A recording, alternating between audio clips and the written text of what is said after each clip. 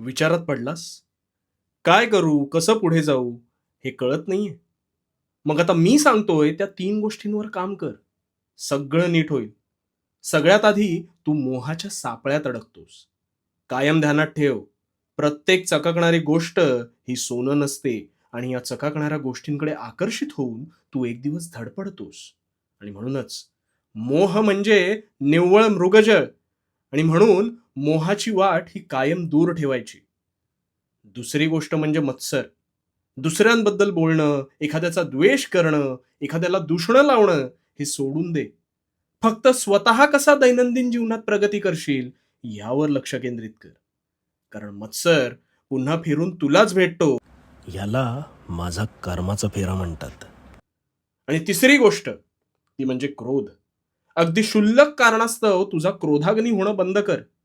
कुठलीही परिस्थिती शांतपणे हाताळायला शिक. कारण उथळ पाण्याला खळखळाट फार असतो, पण संथ पाणी कोणत्याही परिस्थितीत न डगमगता स्वतःची वाट शोधून काढतच.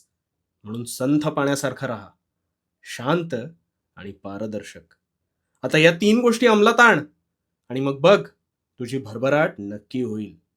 आणि हो, भिवू नकोस.